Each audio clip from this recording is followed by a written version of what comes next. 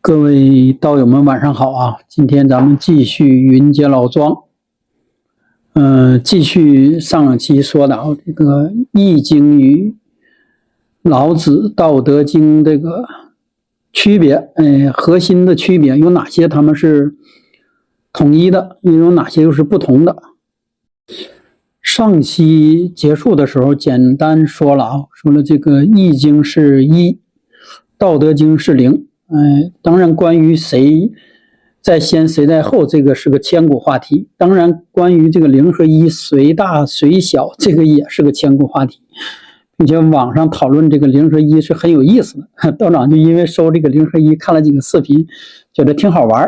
他说有时候说1大，有时候说0大，为什么0大呢？然后这个段子道长不敢说了，道友们自己去找啊。他这个一说确实是0大。道长以前举过那个例子啊，说这个那叫什么？如果把这个0或者把这种坤大地这个比作是这个《道德经》的话，那这个《易经》就是那个1，就是这叫汤地那个牛，那歌不是唱了吗？就说没有犁坏的地，只有累死的牛，就是从这儿来的。所以说基于这个来说啊，确实是谁大谁小不说，那1肯定干不过0，确定的啊。易经啊，易经主要讲的是一种符号，从开始的符号用于这个占卜记录，总之通过这样已有的一些，通过大家能够认知的符号记录以前大家所不知道的事儿，再用这种符号来推理出未来可能发生的事儿，这就是占卜，也是易经对主要作用。这么一听大家就明白易经是不是有点不是有点啊，就是咱现在的理科或者是现在的理工男研究的。这也就是道长为啥在其中无意中提取了一句说这个男人的或者说男孩的智商高于女孩啊，这有女孩不愿意听了，这里道长把这句话澄清一下啊。这句话说的是在学艺上，或者说我们对艺的理解能力上，男人确实高于女人。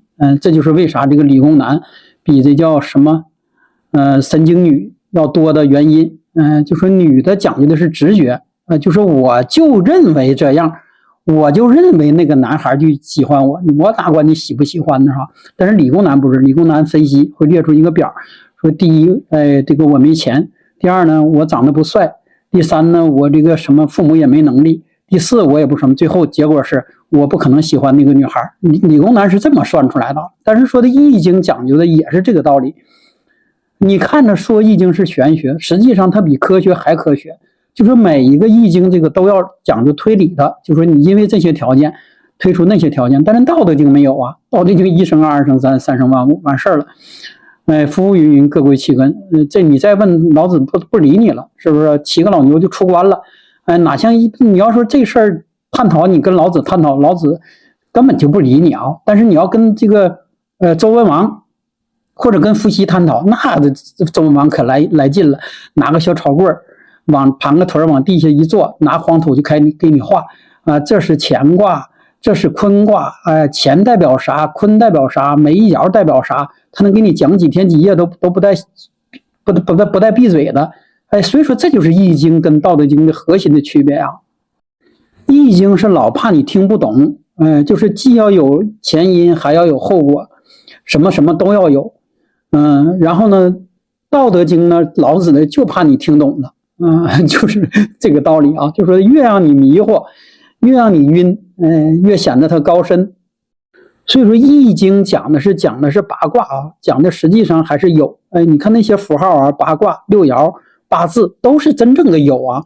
道德经讲的无，讲的彻底的无。所有的这个最后的你讲这些东西背后都有一股气，而老子就核心就抓住了那股气，说你说那些没用，万般变化都在这气里面。这个真是这样啊。到最后你说易经讲了这么多，最终讲的是啥？日月最终是啥？是阴阳，阴阳最终化成啥？就是气。所以说老子就抓住最核心那股气，只要把这股气让你理解了，你啥还去整那些6爻八卦，整那些东西。这就是孔子说的，孔子在5、60岁左右才大致明白的，善医者步步就从这儿来的。就说如果你真把老子这个5000文学明白了，你是可以不学易经的。但是你说我没有能力学这个老子的道德经，我也理解不了它空无的，我想从一个有的入手，那你就得学易经，并且学的很多，学的很杂。这又跟以前道长分享过的为学日益，为道日损，损之又损，以至于无为一个道理。当然这就还是说看你个人的这个悟性和造化。如果你喜欢从这种精准的入手，那你必然要学易经。说你有的说已经得了，你人已经过了半生，现在50多岁了，什么财富啊、女人呐、什么对你都不重要了，你就觉得这种空无内心、什么灵性的提升很重要，那你必然要学老子这5000文《道德经》，是吧？那你再研究易经，那你图个乐呵可以啊，你别较真儿，贼较真儿跟他就没劲了，就没什么意思，甚至你学易，你都觉得，哎呀，不过如此，没什么劲，但是你去读老子的，哎呦我的天哪！我前30年没啥读，你为啥没读？前30年是让你读了，你读不懂，但现在你就读懂了。为啥？因为老子的境界太高了，是空无的，所有的这5000文都是空无的。实际上，那5000个字都写的多余，确实多余。你理解了那5000个字一个都不用看，那你说普通人哪能达到这个层次啊？你教孩子今天往这一坐，说得了，教完了。那孩子回家不得找他妈告状吗？妈，你花这500块钱一节课白花了，人老师一个字没讲。老师说我讲的大道至简，无中生有，你自己悟去吧。那回来你妈就得提这个棍子就找人算账去了，是不是？但是如果那老师讲的是易经，或者用易经的办法告诉你1加1得2，2加2得3，错了啊，2加2得4，然后呢又告诉你，又给你整出来万般变化，完又甚至又教了你一些什么作弊的小技巧。说你如何在课上抄题，如何在考试时候能够获得高分，完回家你跟你妈一学，你妈就乐了。哎，这个老师太有水平了。其实老师就讲的易，可能讲的是不变、变易、简易之道。啥是简易之道？直接获得高分。你让老子告诉你这些，老子不可能，是不是？所以说这核心本质区别，易和这个老子这5000文是有核心本质区别的啊。所以说易经讲究的是天行健，自强不息。老子讲究的是啥呢？厚德载物，上善若水。易经讲究的是啥？太极生两仪，两仪四象，四象生八卦，八卦生64卦，64卦又生无数个卦，然后那些卦最终还都落到点上。当然这个在现代就很好描述了，就是那个咱们现在这个智能 AI 和这个咱们这个虚拟世界可能未来取代咱人类这个0和1，就这么2点啊。易经就是把这个研究透了，或者说现代的智能 AI 就是把易经的0和1研究透了，完全用0和1重新去组合，就是用阴和阳重新组合，就是你现在眼前看到的这个数字，或者你玩的手机，你听到道长这个音频，你看到网上的视频，所有东西都是那0和1构成的，看有多厉害吧？其实就是易经讲那个万般变化，最后给你化成的啊，就是这个道理啊。所有的这个万般的斗改这里面呢，就是0和1。所以说易经也就是伏羲啊，这告诉咱们的就是啥呢？一阴一阳之谓道。但是老子告诉咱们是什么呢？无中生有，有最终归于无。然后伏羲啊讲这易经，他告诉什么？他也不叫讲易经啊，伏羲实际上就是记录了天道，记录了自然之道，记录了这些万般的变化。然后从最开始的什么一化开天地，然后呢再把它劈开，越劈越细，越劈越细，细到了咱现在你可能都难以接受的这个五花八门。这易经的这个包含太多了啊，甚至所有的世间的万象都可以在里面。而老子讲就没有那份儿，老子说的。天地之间有个玄牝的之门，玄牝之间生了万物，万物最后还得归回来，就是大致就是这意思。易经讲究的是啥呢？要主动的争取，这就是为啥道长讲易经就要讲一段道德经老子这个5000文的一个原因啊。易经永远在教你争，你别看易经里面道长也强调易里面有正反2个方面，说争与不争，但是那是说实话啊，那是客套话。易经永远是以这个以攻为首，就是易经讲究就是攻。不然不可能把天行健，君子以自强不息放到这面，不然不可能教你们那些术，让你通过术来取得应该取得的一些东西。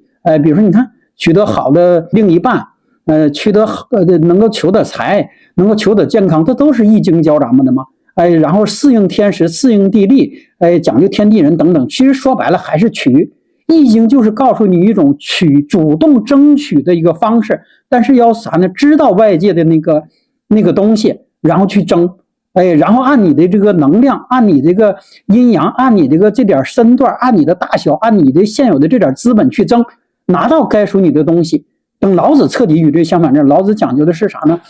推，讲究的是柔，讲究的是退，讲究的是让。老子讲究完全跟易经相反。老子说这个你拜给我，为啥我吃不了？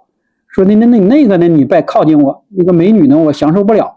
说那个呢你也拜给我。老子讲究是这个，但是人现在有意思，说你不要，那不行啊，你不要我就要给你，不要我就要给你。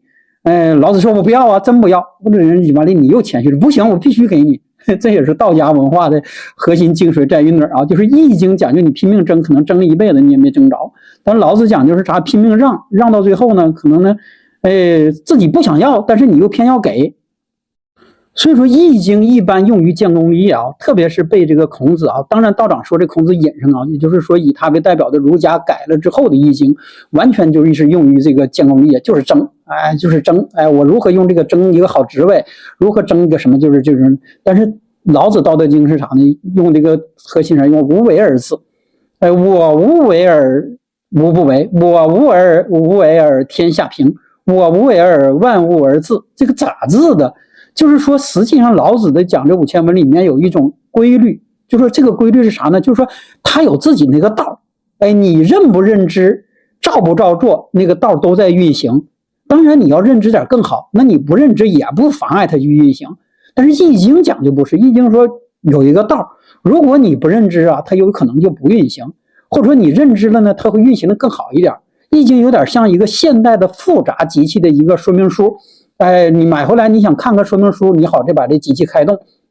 但是老子道德经讲话了，没有说明书，有点类似你上山了或者上一个大自然了，一推开门就那样，哪有说明书啊？是不是？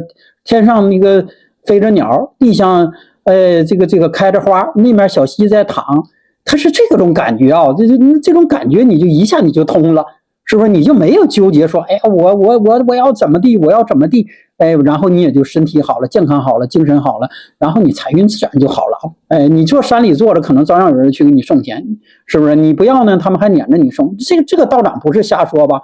所有住山里的人哪个缺钱？现在是不是？那你说他们为什么呢？那是他也没争啊，是不是？他去的送供养的人，他们都往出撵，这咋回事呢？这就是无为嘛。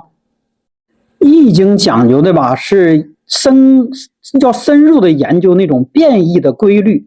从这个规律中总结出一些对我们有用的知识，而道德经讲究的是不易的大道啊，就说你万变不离其宗，你咋变还是那么点事儿。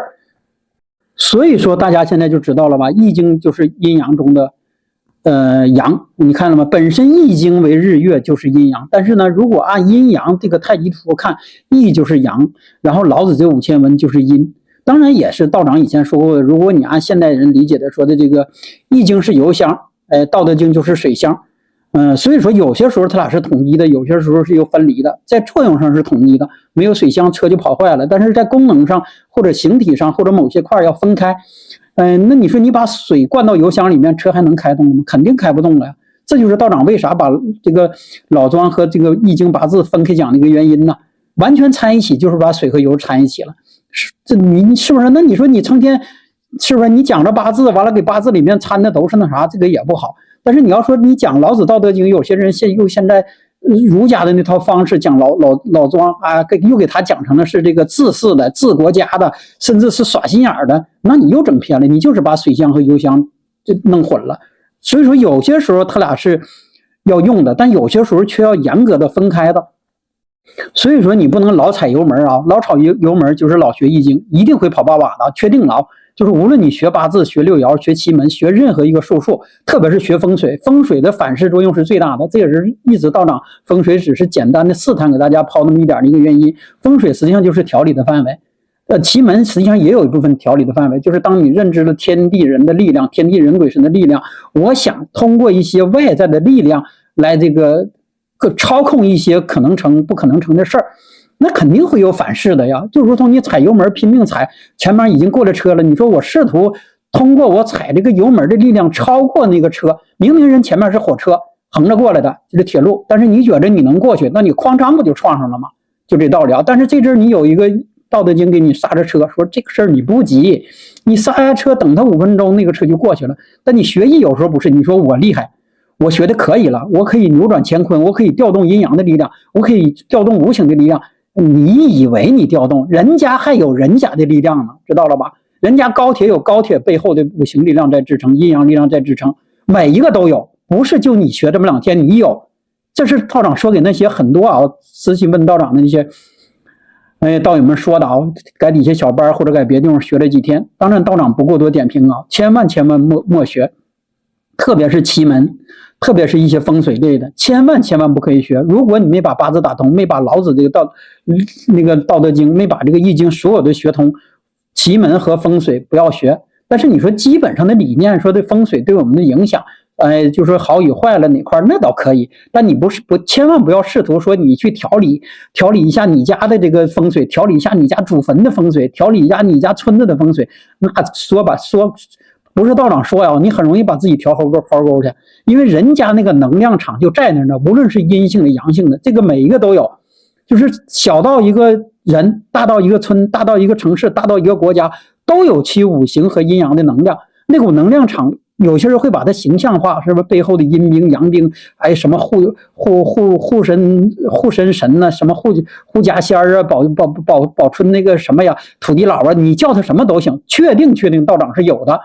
那么你就要照亮一下你自己这个身段能不能跟人起照亮，这是道长说起来学艺的一个主要原因就是你学艺提升自己是可以的，但是千万不要以为自己学了2下子，你去照亮外面那些未知的能量，碰不得，一碰一碎，碰完碎了之后，你回来还得埋怨道长说，道长你教我那啥呀？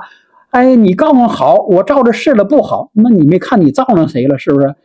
道长是给你个武林秘籍，但是你得修2年，修的别说修2年，修他20年，你贼去试也行。你拿个武林秘籍，直接就找村子恶霸去动手去了，一下就让人拍死了嘛。所以说易经易经本身就是以男性为主导的，就是教你阳刚，教你分进，教你进取。道德经老子这5000文就是以女性为主导的，教你阴柔、包容、承载。宇宙的万物到最终你都得落到地上，那就是落到谁呢？坤德，落到女人身上。所以说你着什么急呢？你说白了讲的，女人不用跟男人争。这里道长就今天还没开场呢，正式开始之前还得聊聊就是男女之间这个事儿。因为你把男女之间这点事儿弄明白了，你就把阴阳弄明白，阴阳弄明白，你就把义弄明白。你看这事儿有多重要吧？所以说阴阳，或者不是，所以说男女是阴阳的一个聚集点，就是说他把阳气聚到男人身上，把阴气聚到女人身上，用这样2个与你最近的角色来教你学艺，多好啊！完你还死犟我不对，我就要阳刚。凭什么你说男人阳刚？凭什么你说男人这个强壮？凭什么你说男人我就不服，我就要阳刚？那你就阳刚呗，是吧？那道长也没有办法实际上道长教你是啥？你认清了男人和女人的某些本质上、生理构造上、性格上、做事上、为人方式的不同，你就能够学艺了，你就能够入了这个阴阳的门了。你就不要死执着于那一个阴或者那一个阳了，更不要执着于男人女人了。男人女人对于你来说是全部，对于阴阳义来说连个点都算不上。义里面包含的太多了多到你无法想象。男人义从来不是说男女那点臭事儿的，阴阳也不是说男女那点弊事儿的，就是所有的说的都比你想象的要大。但是你非要就往男女那里钻，道长也没有办法道长就有时候就用你那个角度，用你的思维略微给你引了一点男女之间这样一个关系，试图把你从那块提出来。但如果你在这里钻，你非要往那里头钻，那道长也没有办法所以说，因为这个义就是为男人量身打造的，老子这5000文就是为女人量身打造的。所以说，相对来说，男人学艺要好入手，因为他讲话，这不就是教我咋办事儿、咋为人处事儿吗？完，等到这个女人呢学道德经也是说，这不就是教我如何生存吗？是吧？我就觉得现在社会太难生存了，但是发现老子的智慧我一有了之后了，太好生存了呀。为啥一个女孩如果你说的把自己里外都打顺利索，漂漂亮亮的，干干净净的，就会有男人来求你，追着你，撵着你，然后你在家道长又说出大门不出二门不进了。道长说的只是大致是这意思就是在男女关系你守住好自己，等着今天这个我明明看上了你都装，你说不行啊，我没看上，还有老张家还有个小子看我呢，人家老张又来了，你还推，终于推了10来年了，你觉得自己也到时候了，然后也看出来他们里头谁真心了，不是真心的1年不就跑了吗？当然你别挺时间太长啊，挺时间太长了，所有的都跑了，你也别怪道长啊，道长说大致就是这意思，然后呢，你在里头选一个适合的，你就拿回来，然后你俩幸福的过上了这个。这一辈子，他就是这样一个道理啊。但是男人不行啊，男人说你在家等啊，你学了老子道德经了，没学易经，你说了这个道长教了我们要忍让，要坤德，要这个推，有女孩追你，你推了；有女孩追你，你又推了，然后呢，推了无数个女孩，后来你单身过了这一生，是不是？那你多悲惨呐！所以说，男人就得学这个那个易经，易经上次咋学的？道长好像是讲了2个来小时吧。就说的你得先试探一个女孩的内心，既要委婉还要直接，你不能太委婉了，女孩看不出来，拿你当哥们也不行。然后你还得点透，点透之后呢，还怕女孩含蓄，然后下次你再点透。然后呢，如果说已经给你机会了呢，你先要摸人的手指头，然后再摸人的手腕。这易经讲的多细呀，这说白了，这不就是一个男人这个是不是什么手册吗？那你不学不怪道长啊。所以说你要基于这个，你能单身？你能找不着媳妇儿，那可能吗？所以说你要找不着媳妇儿，唯一有一点就是你没学好义，就是这个道理啊。就说义是公的，这个不是公母的公啊，是进可攻这个攻。这个《道德经》这个老子这5000门是守的，女人越守越厉害。就说女人，如果你能守住自己，守住所有的东西，守住财，为啥有些男女之间，道长今天没开始之前又说了太多了啊？因为想说太多了。最近道友的反馈，道长也在刷2眼呢。就多说几句，为啥有时候女人守不来财啊？不是你没赚来，不信你细想啊。如果一个女人过得不好，是她没有守住财；但是如果一个男人不好，绝对不是他没有守住财，是他根本就没挣来。所以说这就是有本质区别的嘛。所以说才让男女结合，让这个男人去挣钱，而女人要守财。而现在整反了啊，正嘛，有些女人拼命自己去争，这种八字道长看的太多了啊。他想求财，身弱财大。然后官清甚至官空，他就拼命想去求财，但是求来求去求不着啊。他问道长这咋整啊？30多岁了，男人没整着，财也没求来，是不是？他就是这样，那你拼命求你也求不财。但有啥你守住，是不是？你守住财，这是一点。第二，你守住一个男人。道长以前说过那个了吧？男人就是来征服世界的，确定啊？这个道长没有这个色彩。就是这样，男人就是为了征服世界的，除非你像道长一样归隐山林出家不问世事，你就可以说你不是用于征服世界的。如果你还在世间晃，特别你是在体制内晃，特别你是还在这个人间行走，你就是征服世界的，你就要拿易经去征服世界。而女人绝对不是征服世界的，因为女人征服不了世界，但是女人可以征服男人。你要征服一个男人，你觉得不够，你可以征服无数个男人。就这么简单，然后你的世界就美好了，你就等着就可以了。你就是那土地，就是那坤德，就是那大地，上面长多些庄稼，长多些种子，最终不得落到这个土地上变为土地的吗？明年再开花结果再生长吗？是不是？他哪个拿走了，他最终他还是给女人，就是这么简单。但是你说我不对，我就想争，我不想要那个。但你细看有几个幸福的？道长就这么说，大家也拐不过来这个弯啊。老觉得道长有这个封建思想，有这个残余意识，有老跟伏羲站到一起啊。道长确实好像还真不是那样啊。所以说道长告诉你们的都是诀窍，当然你爱听就听啊。道长还说你不爱听就拉倒。如果还有一种可能性啊，这是有好多这个大姐级人物，讲究也是说离火大运时候说起来的。如果还有一种可能是啥呢？说咱们已经女性确实翻身了，女娲已经醒了，然后呢，女人确实当家之主了，那这个不就属于阴阳对调嘛？这个很正常的，水火既济，火水未济，阴阳这个交融，阴阳这个等等啊，但咱别搞成阴差阳错啊。就说咱假设说到了那一天了，确实女人已经是全天下的了，可以呀。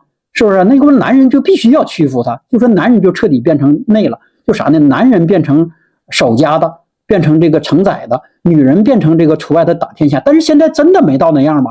这大家说实话，你觉得到那个程度了吗？如果到那程度，道长也支持。就啥呢？男人在家带娃，然后呢做饭，然后你挣钱养男人。但现在是啥呀？你还希望男人带娃，还希望男人生娃，还希望男人挣钱，还希望男人没结婚之前就要给你钱。是吧？希望男人之前要养你，还得养你全家，结婚之后还要养你和全家，还要多给一些钱。男人他又不傻，就是道长不站队，男人也不傻，导致了这几年是不是啥样了？是不是？道长说的还算中立，道长偶尔刷到网上一些，是不是？有些人已经骂翻天了吧？有一些专门为这些男人说话的，专门是打击那些女人的，他说的可能比道长要狠多了就是什么这个那个什么那个的。道长当然还是说不站队，道长只是说现在没到那个时候，我们要认清这个局面，我们在现局面能够保证我们，道长说的是女性更好的存活。先别说咱翻不翻天了，存活之后了再说翻天。能够保证你的就是把老子这5000文学透。如果你学透了，道长只是说有可能翻天。如果学不透，然后你学了点易经，试图说跟男人抗衡翻天，没有这种可能性道长不是打击你。这个既说的是阴阳，道长说的也叫规律，当然呢也是规矩。它就是这样没有规矩不成方圆。为啥伏羲和女娲，或者说咱们这个祖先伏羲和女娲能够和和气气的，后来至少现在他们还存在确定的这是道长能感知到的。如果他们不存在，他们又打起来了，咱们也不存在了，咱们就没了，就被捏吧又重新造了。正是因为他俩，他也不服他，他也不服他，但是呢，有了相应的规律，认知的规律，又有了相应的他俩的规矩的制约，他俩才和和气气的过了这几千年几万年，才有了我们所认知的这5000年的或者8000年的一个人类的咱们所认为人类的一个历史如果女娲和伏羲也不懂规矩，就是想我说的算，他想我说的算，直接干，那早就没有咱们了所以说至少他俩还是有一些规矩的或者说有你所还没有认知的，你所不知道的规矩的，这就是道长又说起来的。上次又有道友在留言区又问他对这个规矩这2个字并不是太理解。这里道长就说了规矩既是成全我们阴阳双方的，也是阴阳双方相互制约的。没有规矩不成方圆，规也不想用矩，矩也不想用规，但是呢必须得有，这就如同你单有规不行，单有矩不行，是不是？当然呢，这里面又有一个问题有了规矩，我们就会感到自酷，我们就会感到不舒服。就如同你用规用矩来画图，是不是？它就不能画出宇宙万物其他的各种形状，但是画圆画得很圆，画方画得也很圆很方。你不能说它没有作用，但是呢，它又有一定的约束，但是至少在某些时候它又很好用。所以说，这就是《易经》和老子《道德经》教我们的规矩。看到了吧？《易经》和老子这个《道德经》这5000文也对应上了阴阳，也对应上了规矩。你只用规是不可以的，你只用矩也不可以的。所以说，你就要规矩，并且规矩是给双方定的，一定不是给单方定的。你别说我给你定个规矩，你拿道长讲这个规矩，讲这个阴阳义理，回家去套你妈、套你爸，回家去套你老公、套你孩子。那你不造反了吗？是不是你要一半顶天一半去套人家，一半套你自己，永远是这样想的。如果这件事套到你身上是啥样？身次就是给你自己定的。当你理解了这个规矩在你身上的作用，你就知道在对方发生的作用，你就能理解这规矩有多大的一个作用，它就能维持一个相对的稳定，至少维持现在你所在这个世界的相对稳定。就是大家都稳定了，才能继续往前走。没有规矩，这个世界就会崩塌。一定是有规矩的背后我们的别看是道法自然，宇宙什么运行之道，但是在高于我们的这个理解能力之上，或者高于我们这个生命维度或者智慧维度之上，一定也有他们的运行规律，也有他们的规矩。上天的行星也是靠规律，靠这个规矩的，是不是？不然都碰了，是不是？都是这个道理。宇宙所有的星球都是有规律，也有规矩的。没有规矩，那你往前掉一步就被地球拉过来了，是不是？它一定是按照那个规矩在行驶。那你到现在了，道长说这长时间了，我们还试图什么逆反呢、造反呢，不懂规矩，倒反天罡、逆反阴阳，那可能吗？没有可能。道长只是这么说除非你将来到了一定的程度，超越了一定程度时候，那也没有可能。道长只能说吧，我命由我不由天，这个你也只能是看看动画片。道长看看这里面还有啥？还有道友提出一个时间空间这个概念，这个有点过于高深也物理化。道长对那方面的研究不深，道长只从这个老庄的角度，或者从我们讲义的角度说一下这什么是时间和空间的概念时间概念对于我们来说，这个亿万年、千万年的长河觉得很长，但是对于伏羲和女娲来说，那个又很短，大家可能理解不了啊。并且说对于他们来说不重要，不重要在哪儿啊？我们认为我们费劲大劲创造了文明，可能几千年了。如果伏羲和女娲打仗或者不打仗，说觉得这批泥人不太好，他有可能会歘吧歘吧重新捏，就这么简单，和点泥就重新捏了。那你说我们这个文明是否就终止了或者结束也不一定。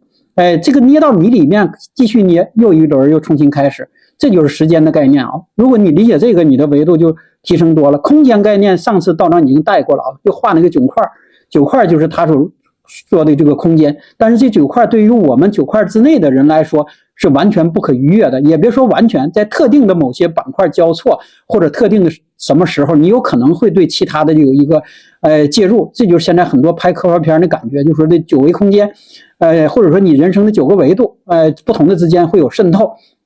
理论上啊，时间是重叠的，不分先后的。别看是现在咱们刚说了9000年了，空间也是重叠的，不分东西南北的。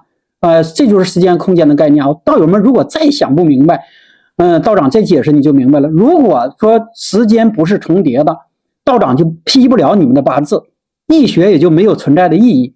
正因为时间是重叠的，出生点就是死亡点，出生点的一生的一刻就代表你这个一生的100年的所有的事儿。那你说这个时间不是重叠的吗？那道长到底读取的是什么？或者易学到底展示的是什么？特别是八字，是不是？那你能说，那如果按这个展示，那没有啊？这一个关键节点就那1秒，那一个八字怎么包含了这么多的信息呢？它就是包含了呀。所以说，如果按八字上来说，这时间的一个切片就是这个历史上这几千年，你看厉害了吧？所以说，这就是易学易你要学的一个，先把自己展开的一个维度啊。就说你只是这切片中的那个切片中的一个小点上的一个细菌，可能都算不上。但是呢，你在这其中又包含了这个切片，又包含了整个宇宙所有的一切。那你说这个时间在其中还有任何意义吗？没有意义啊。所以说在这儿来说，时间是不分先后的。如果是在意义上来说啊，确定的啊，或者说你从八字上来说，如果你非要分先后，只是说按你的理解能力，道长才把你的一生分成了几十年给你讲出来，只是按你的理解能力，理论上不是同时存在的。就是理论上在那一刻的信息，你所有的时间的维度，所有的你的一生的东西都已经在那块注定了。如果没有这一点的这个现代科学了、物理的理论了，或者说把这个时间空间的概念的你所理解的理论基础，你就会把八字当成迷信，当成什么扯淡，当成这个玄学。实际上它真的不是玄学啊。这就逐渐这个科学玄学和未来人们走就走到一起，就是从这儿走过来的啊。这也是道长解析了以前好多道友要问起来，为啥八字包含人身上的或者人一生的信息的一个原因，就在于这儿。时间不是你理解的先后的顺序，是出生就是所有，一点也就是所有。所以说当你理解这个，那就好玩了，那就非常非常好玩了。所有的一个人的一生，所有的一件事的一生，所有的你的公司的一生，所有的一个国家的一生，所有的一个星球的一生，都在出生刻那一点就注定了。这就是我们批八字的底层义理依据和科学依据。那么基于这个依据，我们当然有一些不叫八字啊，就是总之在一件事上出发说就有那样一个点，而我们把那一点捋出来，我们就能够推测，已经不叫推测了，我们就能够看到未来，也不叫未来，看到同时发生的那些所有事儿。是不是基于这个你就能理解，无论是道长，无论是西方或者某些高人用其他方式能够读取这个宇宙，在别的地方别的同行宇宙发生的信息，或者是在他所说的未来发生的信息，就是因为这个原因，就是那些事已经发生，注定发生，就包含在初期的这一刻信息里面。所以说古人多厉害呀，伏羲有多厉害呀？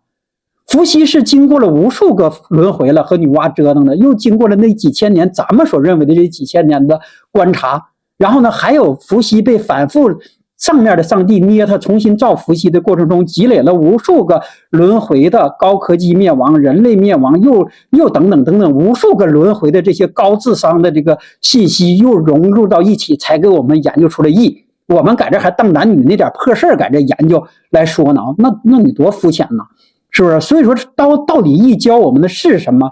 易这一点啊，日月这一点就是所有的宇宙运行大道。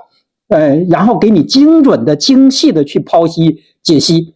当然这个为啥说古人不让你学，就是因为怕你们学懵，怕你学乱，怕你学崩溃，怕你学死，所以说就有了这个老子这5000文，给你降降温、降降火，告诉你说你别研究太细了，那个不是所有人都能研究的，谁要是能研究懂呢，他就研究，没有那悟性你别研究，你就老实学学道德经，心安理得，把心静下来，没事喝点茶，搁家等着，该给你的就是给你的，不该给你的就是不给你的，从你出生那一刻就写定了，就这么简单。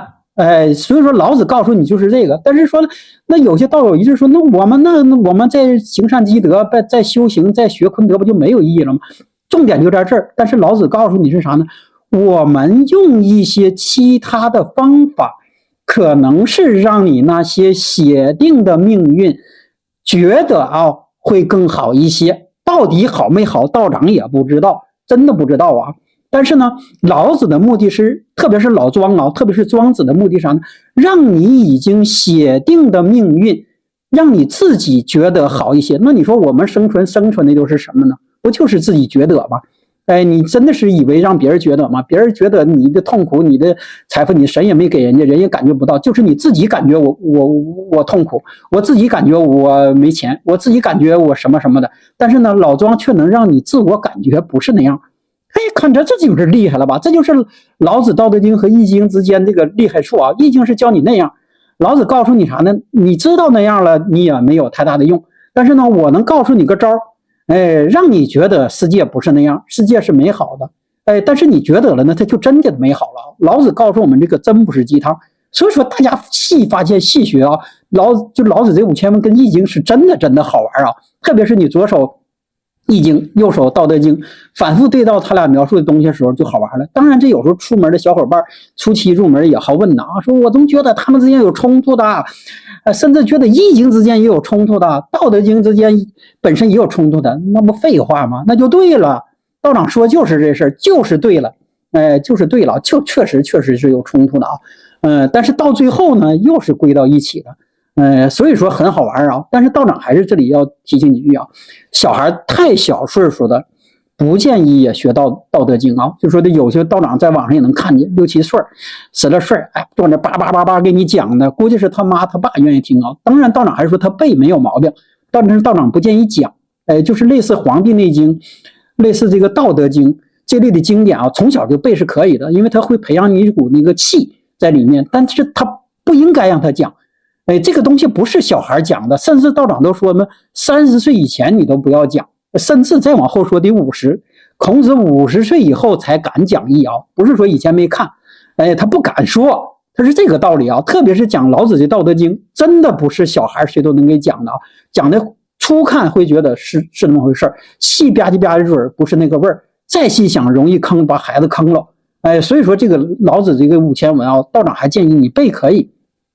别让小孩讲了当然易经呢，小孩可以学，这个有点像我们学加减法的易经倒是可以学啊，至少易经学完之后了，以后到社会之后他不纠结，不受气，他能够拿到他所想拿到的任何东西，这就可以了吧？等老子这5000文是告诉你舍去所有不属于你的东西，并且你要心安理得的接受舍去这个结果，你不要说的不心安理得，那也不行，或者说如果你有些东西学艺了，到最后你也没拿到，那你就要研究是不是有其他的怎么样一回事了。然后老子这5000文就是告诉你，确实是有的，还有一些其他的事儿在里面，就是其他的事儿高于了那块的维度，这样你看你才恍然大悟，原来是这样一回事啊。所以说到这儿，道友们知道了吧？就说如果你现在经历了很多事儿了，那你想让自己静下来，那你当然要学老子《道德经》了，是不是？你身体健康、事业各方面、婚姻，都已经经历了很大的波折了。不说你妻离子散吧，别说贾凤荣这各种词儿不好听啊，就说大致就是经历那些了，你赶紧学老子《道德经》，你千万别这阵入手易。入易你会容易学懵的，这阵你也别学那些奇门外道的啊，要仕途翻身的，你也别学，就学先把老子的道经踏踏实实的，你就明白了，你就明白为啥你争了这么多年什么都没有争到，到最后还落得如此的一个下场。那东西很清晰，很明了，老子就几句话就告诉你了是这样一回事。但是如果你研究易，就可能不是说研究不明白，你可能10年以后你才能明白，但是你到底能不能活到，能不能挺到10年以后还不好说呢，是不是啊？如果是女孩呢，你更是了。如果说你已经经历了半生波折，不幸，现在老公也跑了，孩子还判给他了，那你就先学学老子这《道德经》吧。不建议这阵你学易，会学疯的。这也是很多小伙伴，也是女的道长不一直说，就是说男孩适合学易，女孩不适合，不是平白瞎说啊，也是靠数据支撑的，是不是？男孩有时候问的这些确实是在道上，就是问这个医学相关的知识，女孩问的真不在道上，你都不知道他会问出什么来，他会给你脑瓜都气大了。所以说，那你基于这个，道长只能说了一句，说的他的智商可能没有男孩的智商高，就是从于这儿。当然，道长如果再延伸啊，从古代到现在，你往古时候看，有多少个人学易的、学成的，或者利用易来做事的，你找出来1、2个女人，道长都算，道长这话没白说。你掰手指头算都是男的，确实是啊，女的也有，但是非常非常少。就是这个原因呢，道长可能说这话，又跑了，咱再回来啊。总之就是说，男人对这个易学的这个领悟能力、接受能力要高于这个女人，这就是他应该学的一个东西。当然，这又说回来了，先别跑太远了。总之是别说男人女人了，就说阴和阳之间，说这个阳气没地方释放，那你就学易呗。他让你就是说白了，你原来想干事儿，但是你不知道咋干，那你就学易。易就会教你如何干，但是说你现在已经完了，没有能量了，干折了，已经干的不行了，那你就只能学这个老子这5000文，培养你这个内在的这个坤德。男人也要培养这个坤德，培养你承载的能力。你原来没有钱，不一定是你没挣到，说包括男人呢，不只是女人呢，也可能是啥呢？你承载能力弱。就这个钱呢，你到你手就出去了，是不是？你觉得拼命挣，但是挣的这面挣100万，那面咔嚓出的200万，是不是？今天挣了，明天出去，就是你没有能力控制住这些财富、这些事情、这些身体健康、这些所有群的一个走向，那你还争啥呀？是不是？那你这事就要学老子了，你就要学他们怎么内敛，他们是怎么成的。老子其实从来没有告诉你彻底放弃啊，庄子告诉你有时候彻底躺平放弃，但老子真的没有。老子的智慧就在这儿，老子的智慧真的是写给世间人的、世间王的、世间这些还想做事的人的。他告诉你还有一种方式能不费力气的就得到你想要的东西，而不是像你易那样，打杀的、争抢的获得。所以说这些啊，都是易经和老子道德经这个智慧啊。看道友这里面还有针对学术或者针对一些给道长挑毛病的啊，道长愿意回的会回一句，不愿意回的将来就拉黑。道长这里今天强调一下，道长是讲故事的，讲玄学的，讲无的。如果你老把这个有字往上扔，道长可能会生气的啊。这就是讲故事和讲这个搞学术研究的区别啊。讲故事讲究的是啥呢？趣味性。然后呢，讲的是开窍开你脑袋性。不是搞学术研究的啊，不会存在一些更加精细的东西啊。所以说有些时候你听起来觉得驴唇不对马嘴，那是对的啊。当然呢，搞学术研究的有可能从根上就错了，最后研究出来那么一大堆，又有什么用呢？是吧？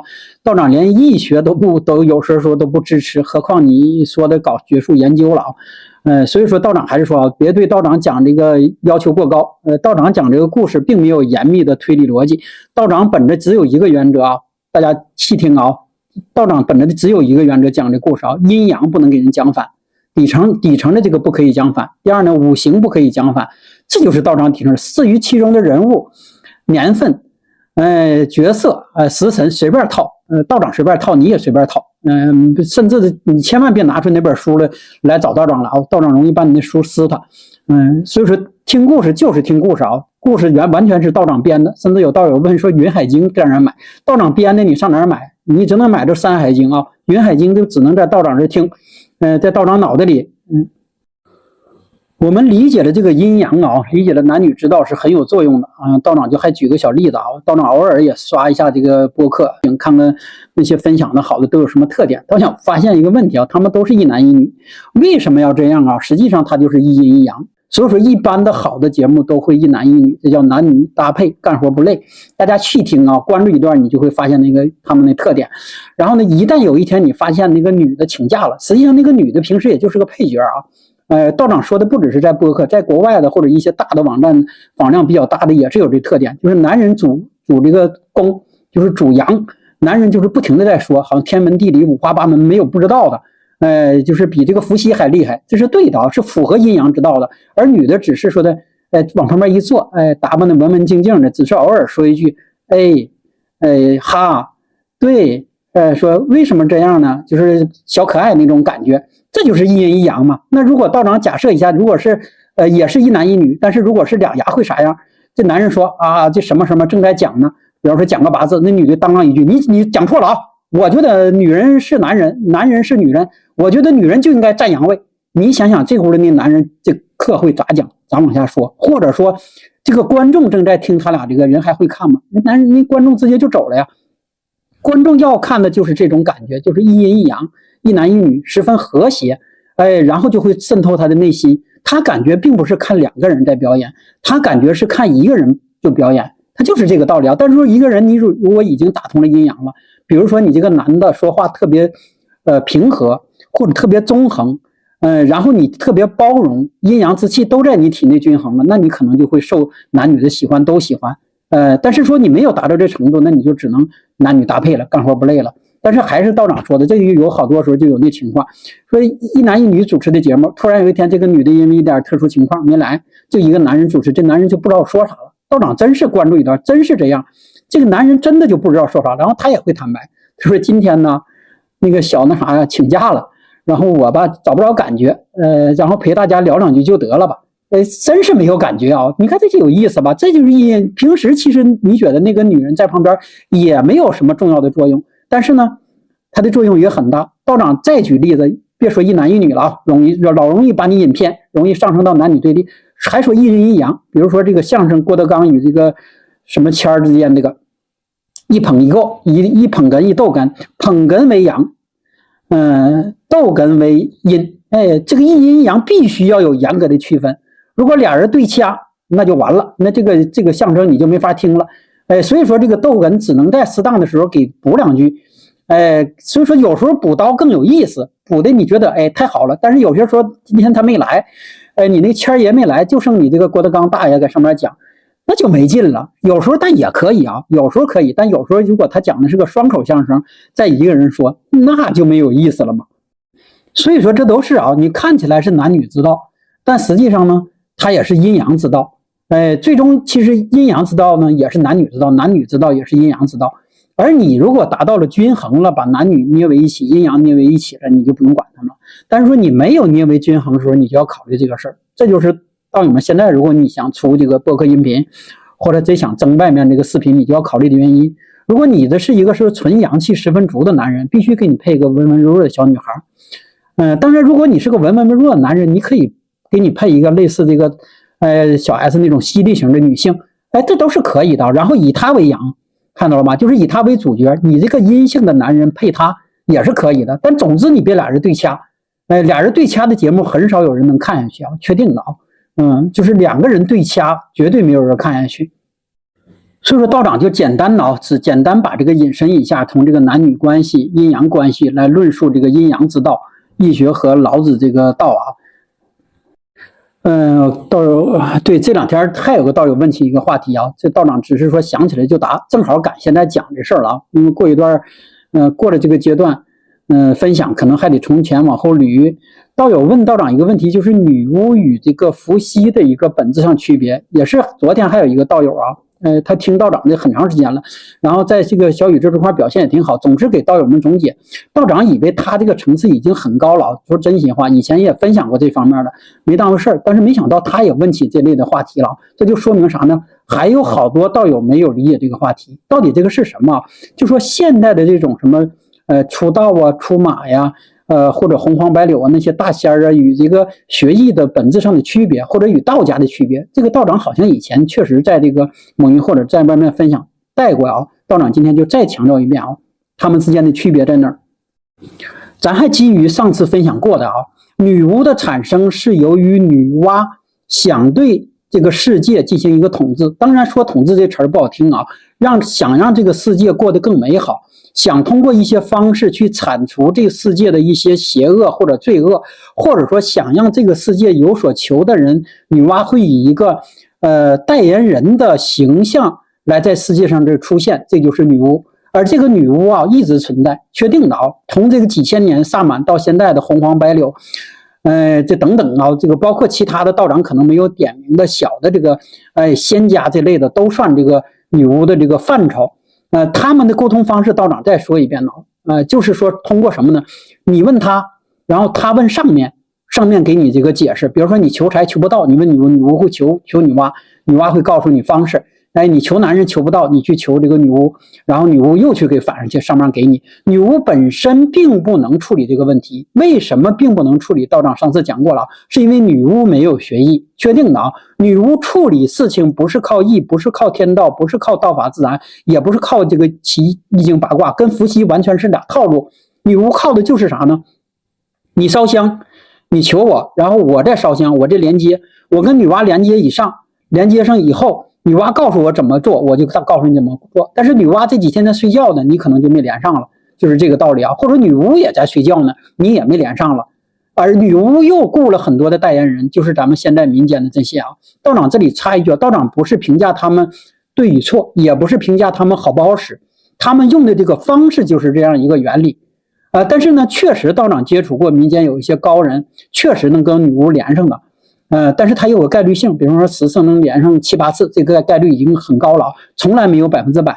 当然也有好多根本就连不上的，就是民间那些造谣撞骗的啊，他觉得这钱好挣，来了说你来了说找他了，他说你得押几千给这个上班这个女巫，押什么我得帮你怎么地，然后他开始给你拿了，到最后他心里明白没连上，但总得给你点交代，要不你这钱白拿了，他就告诉你去东面求财，其实。东面可能是你的祭神地，但是有可能啊，东面也是你的喜神地。就说他不懂艺啊，他完全是凭直觉说的。当然，他可能说今天我没找着感觉，明天你就来吧。今天晚上他就求，他就求说女巫说你给我托个梦吧。这个怎么延续下来？就是因为最开始女娲是托梦给女巫的，女巫呢也会托梦给这个你求事儿这个求这个仙儿的代言人，然后他梦里会给他一个解决办法，但是也不会讲道理。比方说你家孩子病了。今天没解决，你求这个仙儿了，仙儿呢晚上梦了，说梦见了，说你这个是咋回事？是你家这个怎么有啥事儿？你要烧点啥捣鼓一下，回去你就烧完捣鼓就好了。道长只是说有可能，但有可能还不是这个问题。但你别抠，你要真跟这个仙儿抠，仙儿容易生气的，会对他不尊敬的。你要拿出对道长的态度，那个仙儿家中容易揍你的啊！你说为什么是这样呢？你能不能给我讲讲根据呢？那他可能开门就告诉你滚，或者说你再问啊，你就要容易被这个惩罚了。但是你问道长倒没事儿啊，你抠来覆去、翻来覆去的反复问这个道长啊，只是说看道长脾气好不好，脾气好可能陪你聊一会儿，脾气不好可能不理你。但是道长不会说你说你再抠啊，再抠会遭报应的，那道长肯定不会说这话啊。而用义理来解决问题就不是了，义理的解决问题跟本身解决的那个人没有太大的一个关系。就说道长不是伏羲的代言人，确定的啊，道长跟伏羲没有一个直接的关系，也不受他的领导，所有道长都不受伏羲的领导，我们只是通过伏羲记录的那些符号、六爻八卦这些智慧，然后呢，我们学了他这个推理这个过程，然后我们用这个过程，用你来提出的这个原始点和你的依据。六爻就是基于你事情的原始点，八字就是你基于出生的原始点。我们用这些东西来让你自己，实际上你自己明白，你自己也可以推理。所以说，严格来说，你这个八字义理处理事情是无咎的，你只能说是我水平的高低。这么说，如果你找到了一个老师水平不行，用义理的推错了，他也没有问题，就证明他水平不行，他解题解错了，就是这么简单的道理啊。就说跟那个女巫处理事情的方式是完全不同的。当然道长还说什么事都有好有坏在哪，义也有这个，他没有学义，他也没有学伏羲，也没有学八卦，他就说他懂。这道长以前分享过吧，说你天克地中，你岁运并临，你破太岁来了吓唬你，然后拿你钱，那就跟刚才说那个仙家拿你钱破不了你事一个道理啊。他那种他是有咎的，他是有罪的，早晚要出问题的。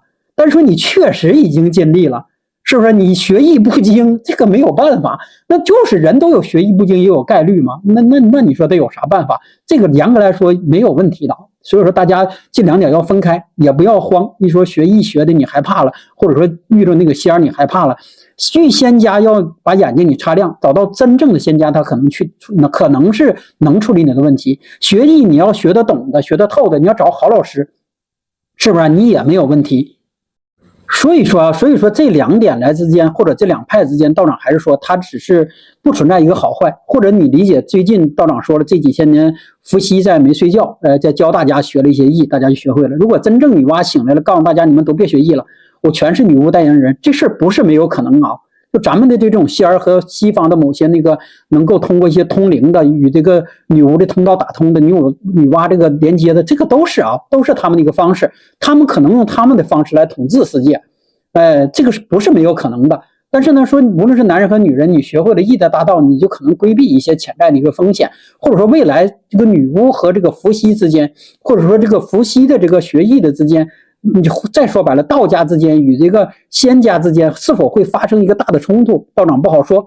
但是道长只能说现在他们不会，确定不会啊，因为道家的这个能量现在是正道的，义的能量也是正道的，而且仙家的能量跟道家的能量比，不敢说微不足道吧，它十分渺小。那这个道长没有任何不敬的意思啊，大家可以理解，就类似你们看这个抓鬼片你一个修炼1000年的狐狸精。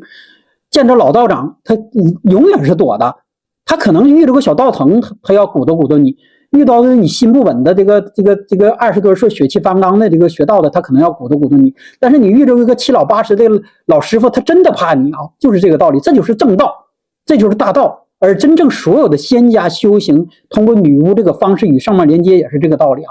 就说咱道长不能说不是正道啊，就说他这个能量场远远低于大道的和义的这个能量场，那么他永远不可能造太大的一个兴风作浪。所以说道长私下也认识一些真正有仙家能力的，道长也告诉他们没事他们也学一些艺，这个对他本身的提高修行帮人处理事情的能力，真正说人家找你的你没连接上，你有一些艺在手，你不也可以处理吗？当然一些这方面的他又不具备这方面一个能力，有些时候就是这样啊，就是说他灵性好的直接就通的，他就会偷懒，他就会觉得今天晚上我上炷香就可以了，我何必花10年去学艺呢？所以说这里面就是这样啊，它是两个路路。而昨天有道友问的就是在这儿啊，就是说这个仙家跟艺上或者学八字上的本质的区别，道长跟他说了。再一个他又问了一个他本身现在有一些这方面的一个反应。就什么反应呢？就是大家所说的民间的一些仙家找到你了，让你出马，如果你不出马，他就老折腾你。这个道长这里就今天还说点8年级的可能不会有人跟你讲，就啥呢？这个一定要自己慎重。就啥？第一，你是首先这个实病虚病要确定，就说你到底是啥病。如果你只是个头疼感冒，你只是个什么最近发烧，你只是个流感之类的，那你是以为仙家来找你，那不是搞笑了吗？所以说道长说第一点啥，你要用正常的方式排除所有。就啥意思？你该上医院检查，该吃药吃药，后来发现3年了你这病都不好，然后还总是很神奇，比如说突然之间你就咋地了，或者说的什么人，就是总之让常人无法理解的，平时你就跟正常人一样，那你可能就要考虑是不是那方面的问题了。但是你不能突然之间这2天有个一点点的问题你就往那儿想。仙家告诉你仙家挑人是很严格的，这是一点，不会说满大道去找人的。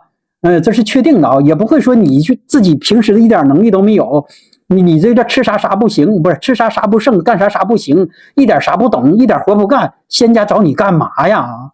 人家女娲也好，女巫也好，人找你干啥呀？这你怎么不明白这事儿呢？就说如果你自己任何地方没有一点拿得起放得下的东西，仙家不会找你的。就是必须你平时是一个很厉害的人，然后呢又经历了很多的事儿。然后呢，你又经历了说的这个挫折，或者说的久病不治，或者说已经身患绝症或者说这是你也找不着绝症，也自己也好不了，然后突然间你一下就有这感觉了，你觉得仙家找你，这才有这种可能性啊。这几年仙家确实有泛滥的这个趋势道长还是说不排除有真仙家，但是确实假的也太多。